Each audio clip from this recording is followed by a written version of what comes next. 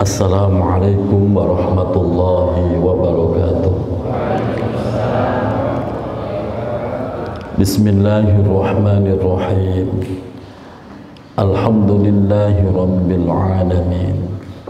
Wassalatu wassalamu ala ashrafil anbiya'i wa imamil mursalin, sayyidina wa habibina wa maulana Muhammadin wa ala alihi wa sahbihi ajma'in. Hasbunallahu wa ni'mal wakil, ni'mal maula wa ni'man nasir, wa la hawla wa la quwwata illa billahil aliyyil azim. Allahumma anfa'na bima 'allamtana wa 'allimna ma yanfa'una birahmatika ya arhamar rahimin. Amin ya rabbal alamin. Al-Mukarramun, seluruh pengurus DKM Masjid Jami Al-Faragha, Ketua DKM Bapak Haji Abdul Jabbar, seluruh para penggiat majelis ilmu, Bapak Riau dan teman-teman, para tokoh masyarakat, Bapak RT, Bapak RW, saudara tua saya Bapak Safruddin, seluruh jamaah Bapak Ibu yang hadir pada kesempatan malam hari ini. Semoga kita semuanya Allah sehatkan lahir batin kita, Allah tambah keberkahan hidup kita, dan senantiasa dalam lindungan Allah subhanahu wa ta'ala. Alhamdulillahi wa syukrulillah. Segala puji bagi Allah atas seluruh nikmatnya yang dilimpahkan kepada kita semuanya. Pada malam hari ini kembali Allah pertemukan kita di majelis ilmu. Semoga duduknya kita, langkah kaki kita menjadi sabab yang akan menyampaikan kita besok sampai ke surganya Allah subhanahu wa ta'ala. Melanjutkan kajian kitab Nasuhul Ibad. Pada pertemuan sekarang kita masuk pada maqalah yang ketiga. Yang pembawa kitab silahkan dibuka halaman 4, baris nomor 10 dari bawah, nomor 9 dari bawah, baris ke-9. Bismillahirrahmanirrahim. Wal maqalatu salisatu an Abi Bakrin As-Siddiq radhiyallahu anhu, man dakhalal qabra bila zadin faka'annama rakibal bahra bila safinatin. Artinya, maqalah yang ketiga an Abi Bakrin As-Siddiq, yaitu disampaikan dari Abu Bakar As-Siddiq radhiyallahu anhu, semoga Allah selalu meridhoinya. Amin ya rabbal. Kalau disebut radhiyallahu anhu, kita jawabnya amin. Beliau memberikan nasihat kepada kita semuanya. Begini nasihat beliau: man dakhalal qabra, man saja, bisa laki, bisa perempuan, bisa kecil, bisa besar, anak-anak, dewasa, tua, semuanya. Siapa saja dakhalal qabra, yang masuk ke dalam kubur, artinya mati, meninggal dunia, wafat, masuk ke liang kubur. Bila zad, dengan masuk kubur atau meninggal dunia tapi tidak membawa bekal. Orang seperti itu digambarkan faka'annama rakibal bahra, maka orang itu seakan-akan sedang mengarungi lautan. Rakibal bahra, mengarungi lautan, bila safinatin, dengan tanpa membawa safinah. Safinah itu bisa perahu, bisa kapal, bahkan bisa sampan sekalipun. Kita renungkan bersama, Pak. Abu Bakar As-Siddiq itu orang yang sangat dekat dengan Rasulullah. Bahkan sahabat yang paling istimewa itu Abu Bakar As-Siddiq. Saking istimewanya beliaulah punya julukan As-Siddiq. Artinya As-Siddiq itu orang yang sangat percaya kepada apa yang disampaikan Rasulullah. Jadi kalau Rasulullah menyampaikan apa saja, Abu Bakar As-Siddiq itu nggak pakai mikir, Pak. Langsung ya Rasulullah, siap ya Rasulullah. Selalu begitu, nggak pakai mikir. Entah saya pikir dulu dah, nggak ada begitu. Nggak ada bahasa ya nanti saya pertimbangkan lagi, nggak ada. Pokoknya apapun disampaikan Rasulullah selalu berkata siap ya Rasulullah. Saking hebatnya percaya kepada Rasulullah sehingga mendapat julukan As-Siddiq.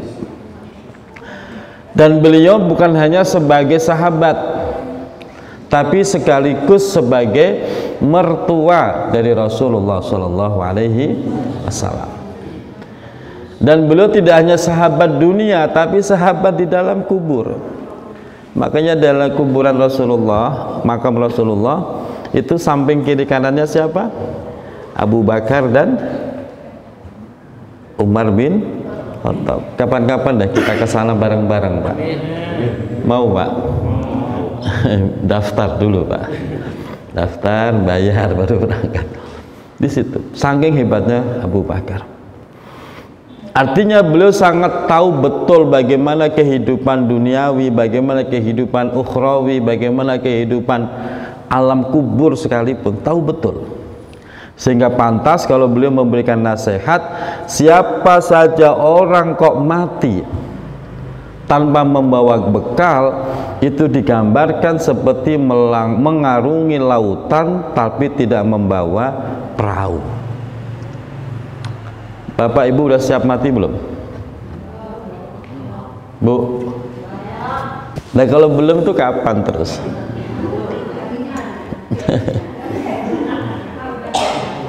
Kalau bapaknya kayaknya udah pada siap ya? Belum juga?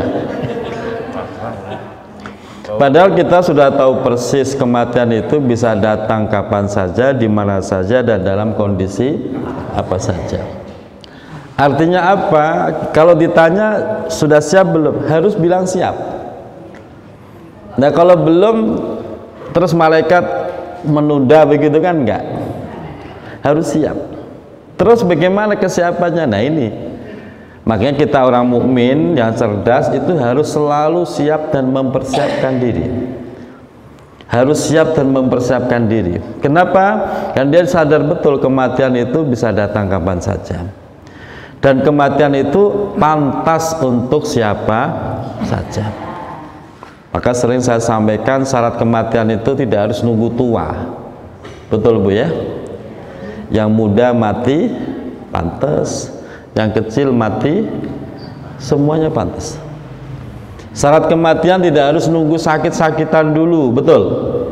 Banyak yang kelihatan segar, bugar tapi mati, betul. Malah ada yang sakit-sakitan mulu tapi nggak mati gitu. Jadi semua menjadi pantas, sehingga ini nasihat penting buat kita. Kapanpun kita diambil nyawa kita, semoga dalam keadaan siap dan dalam keadaan husnul khotimah. Membawa bekal kematian itu apa? Yaitu amal soleh. Dan ini yang perlu kita renungkan. Kita sudah berusaha melakukan amal soleh, seperti duduknya kita seperti ini, semoga menjadi amal soleh, betul. Pertanyaannya, amal soleh yang sudah kita kumpulkan cukup nggak buat mengarungi perjalanan akhirat itu? Nah ini yang kita pikirkan. Karena gambaran akhirat itu kal bahri la sahilalah, seperti lautan yang tak bertepi, saking luasnya, saking lebarnya, nggak kelihatan pantainya, tepinya nggak kelihatan. Sejauh mata memandang lautan. Akhirat seperti itu, bahkan sampai digambarkan Bu, Akhirat itu sangat lama dan sangat jauh perjalanannya. Kalau kita hidup di dunia paling lama berapa tahun? 100. Udah langka nyari umur 100 kan? Langka ya? Anggaplah 70 lah. Rata-rata kita itu antara 60 sampai 70. 100 itu udah langka orang sekarang. Umur 40 ada udah pada sakit-sakitan badan. 50 apalagi udah banyak yang mulai stroke itu 50. Anggaplah 70 tahun. Ibu pengen umur berapa mati? 200. Kelamaan juga ngerepotin Bu ya, nggak usah lama-lama lah. Yang penting barokah husnul. Saya kasih gambaran. Perjalanan kita itu sangat jauh dan itu dimulai saat kita memasuki alam kubur. Alam kubur, alam barzah itu merupakan awal kehidupan akhirat. Disitulah kita mulai perjalanan akhirat. Berapa tahun kita di alam kubur? Bertahun-tahun. Sampai nanti ditiup trompet. Siapa yang niup? Nah, udah kenal belum Pak Israfil? Kita nunggu di alam kubur, nunggu datangnya kiamat, dan kita nggak ada yang tahu kiamat itu kapan. Yang pasti sih kiamat terjadilah, entah kapan terjadi, dan itu lama sekali. Sampai nanti ditiup trompet. Ketika ditiup trompet pertama kalinya, itu seluruh manusia, seluruh makhluk dibinasakan, hancur lebur, mati semuanya. Padahal ibu udah mati dari kemarin lalu kan, udah mati puluhan tahun masih nungguin kapan trompet ini ditiup kan. Nah, setelah dimatikan seluruhnya, bukan kok langsung serta-merta dibangkitkan, tidak. Didiamkan dulu. Setelah mati semua didiamkan dulu, diendapkan dulu. Berapa tahun? Sebagian riwayat mengatakan 40 tahun. 40 tahun kita didiamkan, baru nanti ditiup trompet yang kedua. 40 tahun lama apa sebentar? Lama sekali. Kenapa? Karena hitungan akhirat dengan dunia itu beda. Inna yauman 'indallahi ka'alfi sanatin mimma ta'uddun. Satu hari kehidupan akhirat, satu hari di sisi Allah, ka'alfi sanatin mimma ta'uddun, itu seperti 1000 tahun hitungan hidup di dunia. Satu hari akhirat berarti 1000 tahun hidup di dunia. Kalau kita habis ditiup trompet, didiamkan 40 tahun, itu kalau dihitung-hitung menurut hitungan dunia berapa ratus tahun kita? Kalau satu harinya 1000, berarti kalau 4000 tahun, kalau 40 tahun 40.000 apa 40 juta? Bapak itu sendirilah ya, saya gak mau pusing urusan itu. Dan kita kalau dikalkulasi, anggaplah umur kita 60 sampai 70 tahun di dunia. Berarti kurang lebih kalau didurasikan, kita itu hanya hidup di dunia itu kurang lebih 8 sampai 10 menit. 8 sampai 10 menit. Kalau dikalkulasikan dengan kehidupan akhirat. Kalau satu hari 1000 tahun, satu hari 1000 tahun. 1000 tahun berapa jam? Berapa menit? Kita cuman kebagian kurang lebih 8 sampai 10 menit. Bentar apa lama? Sebentar sekali. Kita hidup di dunia itu sangat sebentar. Bagi mukmin yang paham, dia akan memanfaatkan waktunya sebanyak-baiknya, sebesar-besarnya untuk amal soleh. Kenapa? Karena sangat singkat. Coba sekarang kita renungkan. Tahu-tahu sekarang kita udah jadi bapak-bapak. Betul. Nanti ibu nggak terasa, tahu-tahu udah disebut kakek. Ya Pak? Tahu-tahu udah disebut aki-aki. Udah disebut aki-aki kan? Tahu-tahu. Perasaan baru kemarin gitu kan, baru kemarin masih gagah-gagahnya udah disebut kakek, nenek, aki-aki, ini. Nanti lama-lama udah disebut,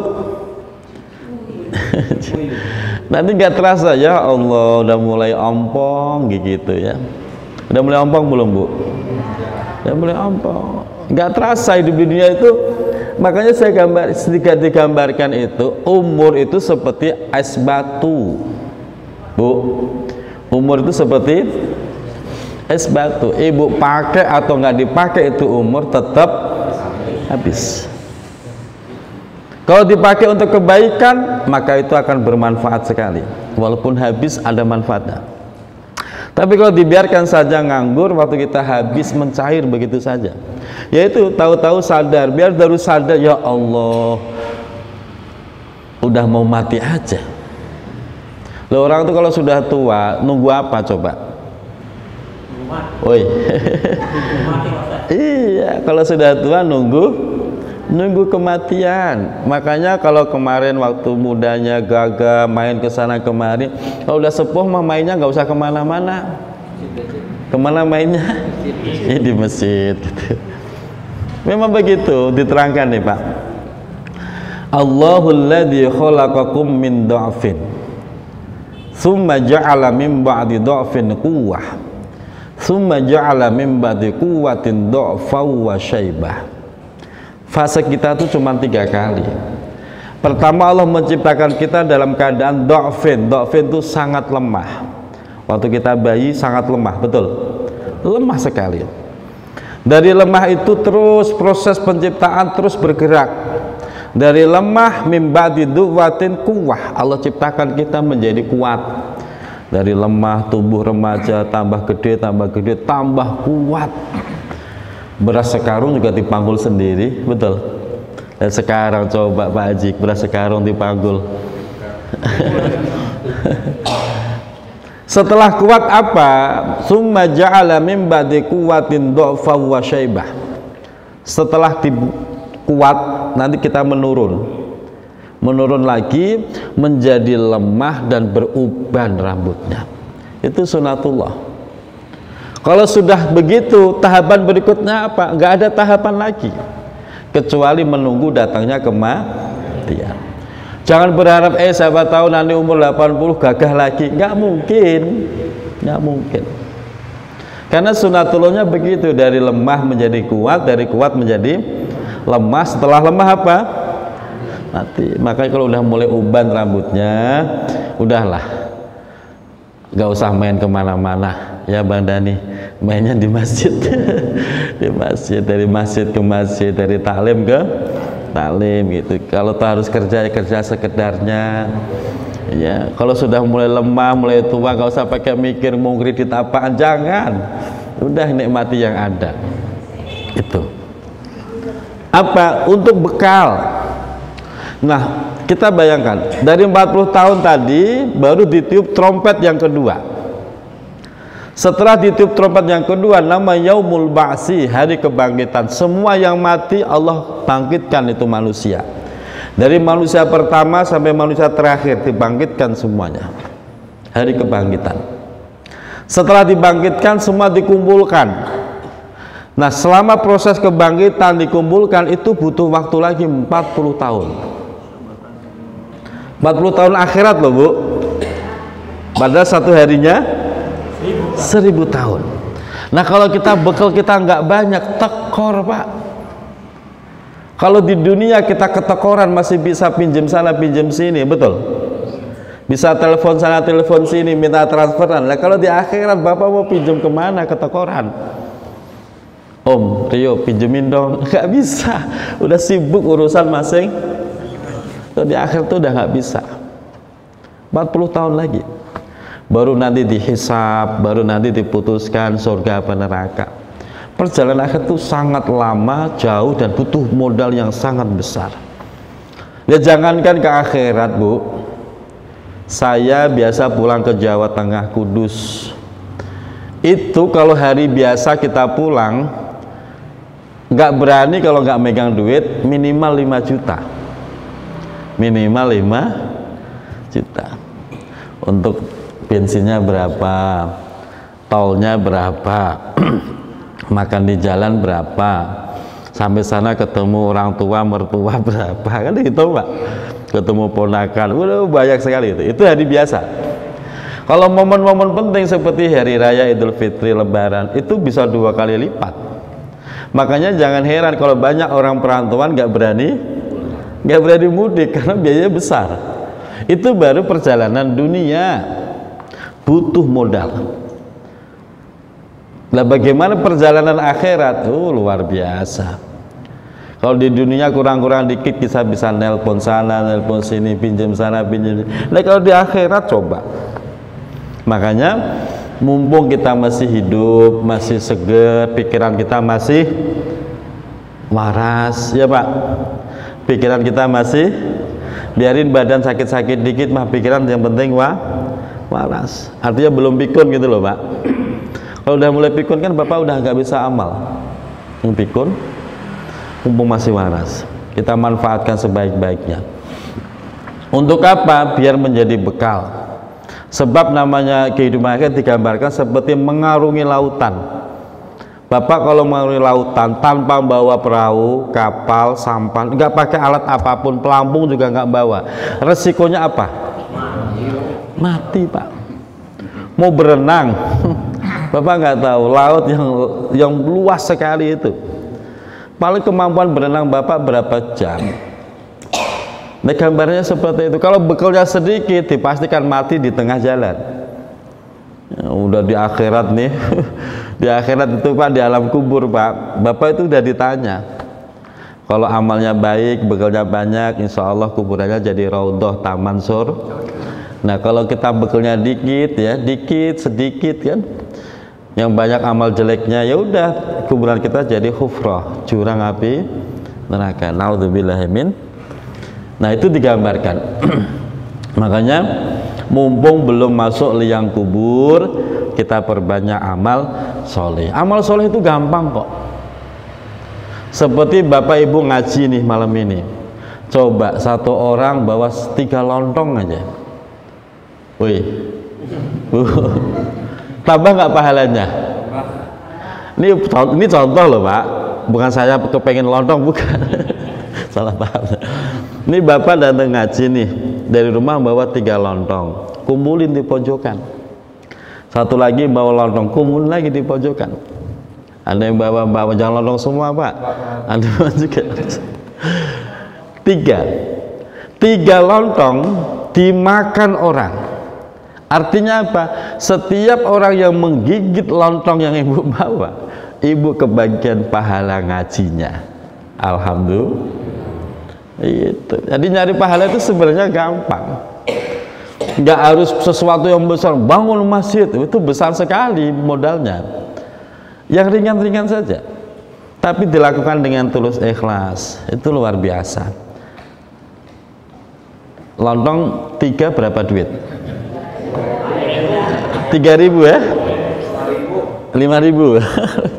5.000 tuh Bu, itu bisa menjadi sampan kita mengarungi lautan di akhirat. Nah, ini ada 50 orang, kalau 3 lontong berapa duit? Kumpulin situ, begitu. Tadi makan bareng-bareng, begitu kan jadi amal soleh. Amal soleh itu harus besar. Dari rumah Bapak ke masjid ada batu di tengah jalan, Bapak tendang tuh batu ke pinggir. Jadi amal soleh tidak? Amal soleh. Begitu seterusnya. Jadi cari amal soleh itu sangat mudah. Yang penting apa? Dari awal kita sudah berpunya niat untuk amal soleh, sehingga itu menjadi bekal. Justru kalau ibadah-ibadah yang ringan seperti itu Pak, itu banyak diterimanya Allah. Kenapa? Karena biasanya ikhlas banget. Yang ibadah-ibadah besar itu resiko tidak diterima itu ada. Karena kalau Bapak nggak riya, apa nggak ikhlas terus riya, ya resikonya nggak diterima. Tapi kalau cuma bawa lontong 3, masa iya 3 lontong masih nggak ikhlas juga, gitu kan? Saya yakin ikhlas betul. Nah, itu yang begitu tuh, yang ikhlas itu loh, itu menjadi sesuatu yang akan menolong kita. Dari rumah ada jalan, ada batu tengah, Bapak tendang, pasti ikhlas lah, tendang batu aja kok. Masa iya pamer, gue habis tendang batu gitu dipamerkan, nggak mungkin ya. Terus bapak bawa lontong 3 pamer, kayaknya nggak mungkin ya. Gua bawa lontong loh ke masjid 3, malah malu sendiri kan. Udah jadi ikhlas. Itu yang begitu tuh yang ikhlas. Yang amal besar tuh resiko tidak ikhlasnya besar. Nah di sini sesuai dengan sabda Rasulullah Shallallahu Alaihi Wasallam dalam lanjutannya, mal mayyitu, tidaklah seorang mayit fi qabrihi, yang berada di dalam kuburnya, illa kal goriki, kecuali itu mayit kal goriki, seperti orang yang tenggelam, al mugawwis, yang sangat membutuhkan pertolongan.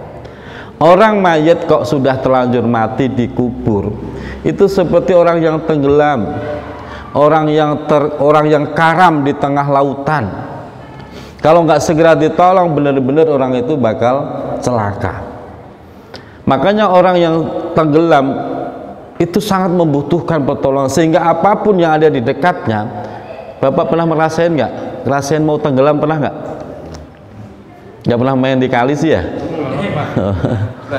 Kelelep, iya kelelep. Pernah ngerasain mau kelelep?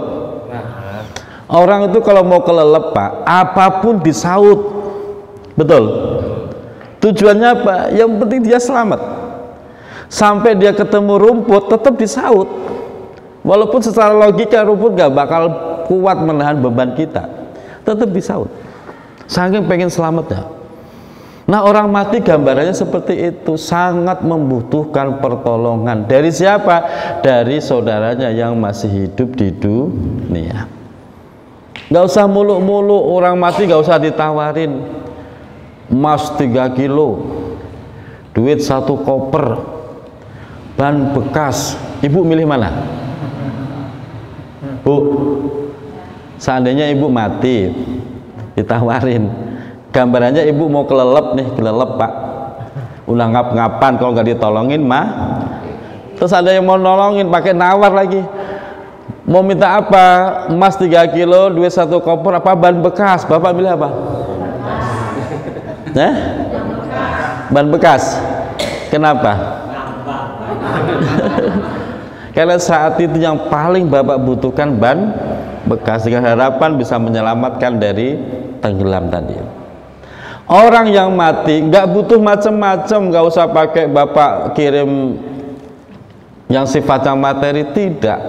Dia butuh doa, butuh doa. Maka jangan lupa yang masih hidup mendoakan yang sudah mati.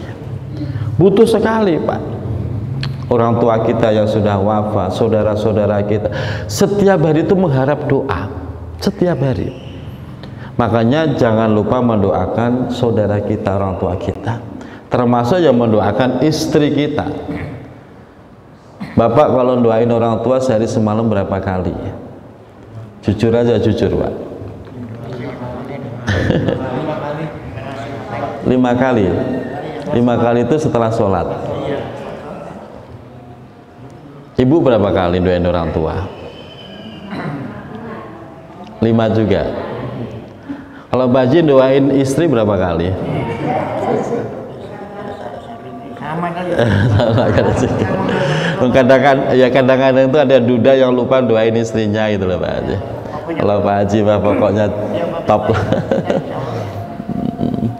Kadang-kadang kan begitu duda itu lupa doain istrinya. Jangan kan nunggu duda istrinya masih aja lupa didoain kok. Coba Bapak terakhir doain istri kapan? Tuh kan, nggak pernah. Doain istri yang masih hidup, Bapak doain nggak? Jujur aja Pak.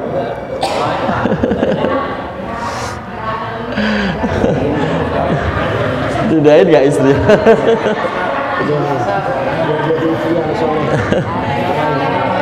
Enggak, saya pikir kita ngaji jujur aja. Karena survei sudah saya lakukan, rata-rata suami lupa mendoakan istrinya karena merasa istrinya masih hidup. Jujur Pak. Doa itu jangan nunggu mati Pak. Nunggu mati baru salah, doain. Apalagi yang sudah mati, sudah wafat, sangat membutuhkan. Kalau tadi Bapak bilang 5 kali dalam sehari semalam mendoakan orang tua, itu dalam kitab Al-Jami'us Shaghir karya Imam As-Suyuti, anak itu masih dianggap durhaka, masih dianggap durhaka. Bapak doain orang tua sehari semalam kok cuma 5 kali, masih dianggap durhaka. Kok bisa begitu? Iya, orang tua itu doain anaknya lebih dari 5 kali. Perhatian orang tua terhadap anak 24 jam non-stop. Betul? Betul nggak, Bu? Lah kok ibu sekarang doain orang tua 5 kali sehari, kan durhaka itu. Woi, berarti doanya diapain? Ditambah ya? Tambah, jangan 5 kali. Orang tua kita udah jadi tua nih, udah punya anak, ngerasain bagaimana perhatian kita terhadap anak. Baik kalau anak kita masih kecil-kecil tuh, luar biasa kan Pak. Anak panas, anak sakit, orang tua nggak bisa tidur jagain anak. Perhatian orang tua terhadap anak 24 jam. Perhatian engkong terhadap cucu juga begitu, luar biasa. Loh kok kita doain yang orang tua kita udah wafat kok cuma 5 kali? Imam Suyuti mengatakan itu anak masih durhaka. Terus bagaimana? Setiap saat Bapak lagi kerja tahu-tahu inget emak, lahal Fatihah, begitu. Lagi kerja inget Bapak, lahul Fatihah. Ingat kerja lagi ngapain, lagi makan, ingat orang tua, lahumal Fatihah. Terus begitu setiap saat. Jadi jangan nunggu habis sholat, lagi naik motor ingat almarhum, almarhumah, ingat bapak emak, lahumal Fatihah. Lagi naik motor, terus perhatian itu dilakukan. Nah itu baru disebut anak yang birrul walidain, solih solihah. Kalau nanti bapak punya anak seperti itu, seneng nggak? Kalau memang seneng ya kita harus berlaku seperti itu kepada orang tua. Karena orang tua kita setiap saat nunggu doa dari kita. Karena gambarannya seperti orang yang tenggelam, kelelep, butuh pertolongan. Kal mugawis. Nah, semoga kita semua jadi anak yang solih dan solihah. Makalah yang berikutnya, wal maqalatur rabi'atu, maqalah yang keempat, an Umar radhiyallahu anhu, dari sahabat Umar radhiyallahu anhu menyampaikan annan nabiyya, sesungguhnya baginda Rasul Muhammad sallallahu alaihi wasallam, qala, berkata, li Jibril alaihi salam, kepada malaikat Jibril alaihi salam. Perkataan Rasulullah atau pernyataan Rasulullah terhadap Jibril, sif li hasanati Umar, sif, sebutkanlah sifatnya, li, kepadaku, hasanati Umar, tentang kebaikan-kebaikan Umar bin Khattab. Rasulullah pengen tahu betul sahabatnya yang bernama Umar bin Khattab itu seperti apa kebaikannya. Karena Umar bin Khattab itu satu memang baik, Bu, baik, cuman rada-rada galak, rada-rada galak. Rasulullah pengen tahu sejatinya Umar itu bagaimana gitu loh. Orang kok galak begitu, itu ada kebaikannya apa enggak gitu. Nah, diserangkan oleh Jibril. Faqala, maka Jibril menjawab, laukanat al-biharu midadan, seandainya lautan midadan itu menjadi tinta, wasyajaru, sementara pohon-pohon yang ada di bumi ini aklaman, menjadi pena, lama hasor, saya lupa baca camat, lama hasor Tuhan, maka itu semua tidak akan mampu menuliskan kebaikan Umar, tidak akan mampu menuliskan kebaikan Umar, saking hebatnya Umar bin Khattab.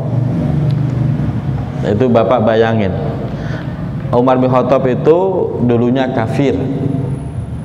Bukan hanya sekedar kafir, sudah beberapa kali merencanakan pembunuhan kepada Nabi Muhammad SAW. Sudah merencanakan. Kalau nggak ditahan, benar-benar Pak, saking memusuhinya. Tapi begitu dia masuk Islam, beliaulah orang pertama yang siap mati membela Rasul, siap mati. Makanya mohon maaf kalau ada orang saudara kita dia sudah taubat, jangan dibangkit bangkit, nggak boleh. Siapa sih dia? Dia kan dulu pemabuk, itu gak akan disebut. Dia dulu kan penjudi, itu kan dulu, biarinlah. Umar bin Khattab malah bukan sekedar pemabuk, lebih dari itu. Tapi kalau Allah udah buka hatinya, luar biasa, sampai meninggal aja tetap berdampingan dengan Rasulullah. Lalu faqala sifli hasanati Abi Bakrin. Kemudian Rasulullah kembali bertanya, sebutkan kebaikan untukku tentang kebaikan-kebaikan Abu Bakar. Faqala, maka Jibril menjawab, si Umar tadi hasanatun min hasanati Abi Bakrin. Umar itu baik, tapi kebaikan Umar itu hanya sebagian kecil dari kebaikan-kebaikan yang dimiliki Abu Bakar As-Siddiq. Ini luar biasa. Berarti Umar sama Abu Bakar mulia siapa? Abu Bakar. Umar itu udah luar biasa, sampai lautan pena dari tubuh nggak bisa menuliskan kebaikan Umar. Itu aja masih dianggap sebagian kecil dari kebaikan Abu Bakar. Ada sebuah cerita, Bu. Umar itu selalu kepengen bisa mengungguli kebaikan Abu Bakar, kepengen. Pada satu saat ketika Rasulullah punya rencana untuk menghadapi kafir Quraisy, serangan kafir Quraisy, sahabat dikumpulkan. Para sahabat, kita akan menghadapi peperangan. Ayo silahkan yang mau jihad, silahkan yang mau infak. Jadi Rasulullah menyampaikan begitu. Siapa mau infak silahkan. Sahabat ngacung, saya ya Rasulullah sekian, saya Rasulullah sekian. Semua begitu. Nabi begitu, Bu. Jadi jangan heran kalau ada sekarang ustadz ngumpulin jamaah terus dimintai. Nah, itu udah biasa itu. Udah biasa. Infak. Nah, giliran Umar, kamu bagaimana ya Umar? Lalu Umar menjawab, saya infakkan separuh harta saya. Separuh, Bu. Ibarat semangka dibelah jadi dua, diberikan buat jihad. Beda dengan kita, yang kita infakkan berapa? Cuman lontong. Itu pun berapa biji? 3 biji, itu baru rencana. Itu 3 aja masih baru rencana kan? Wacana, nggak tahu kamis besok terjadi apa enggak kan, belum tahu. Itu kalah jauh lah pokoknya kita. 3 lontong itu kadang-kadang masih dipikir tuh, gua kemarin udah nyumbang 3 lontong, besok kamis depan enggak dulu deh, udah gitu begitu Pak. Kita tuh wah benar-benar kalah. Begitu Umar menjawab, saya separuh ya Rasulullah. Dalam hati Umar ngomong, kali ini saya menang, bisa mengungguli Abu Bakar. Pikirnya begitu. Jadi berlomba-lomba dalam kebaikan. Giliran terakhir Abu Bakar, kamu berapa? Umar udah deg-degan nih. Abu Bakar jawab, ya Rasulullah, aku infakkan seluruh harta saya. Kelenger Umar, Pak, langsung lemes. Ya Allah, nggak ada bisa ngalahin Abu Bakar. Abu Bakar, Umar langsung lemes, digambarkan langsung lemes. Karena seumur-umur dia nggak bisa ngalahin kebaikan Abu Bakar. Sampai Rasulullah nanya, lah bagaimana untuk keluargamu? Untuk keluargaku aku tinggalkan Allahu wa Rasuluh, Allah dan Rasulnya. Coba sanggup Pak? Seluruh harta sanggup, Bu? Infak seluruh harta sanggup nggak? Nggak sanggup. Lontong 3 aja masih mikir. Ya Allah. Nah paling tidak walaupun kita nggak bisa seperti Umar, nggak bisa seperti Abu Bakar. Yang penting setiap saat kita punya niat berbuat baik, walaupun sedikit-sedikit, insya Allah lama-lama menjadi bukit, menjadi gunung, menjadi bekal untuk kehidupan di akhirat. Semoga bermanfaat. Mohon maaf lahir batin. Assalamualaikum warahmatullahi wabarakatuh.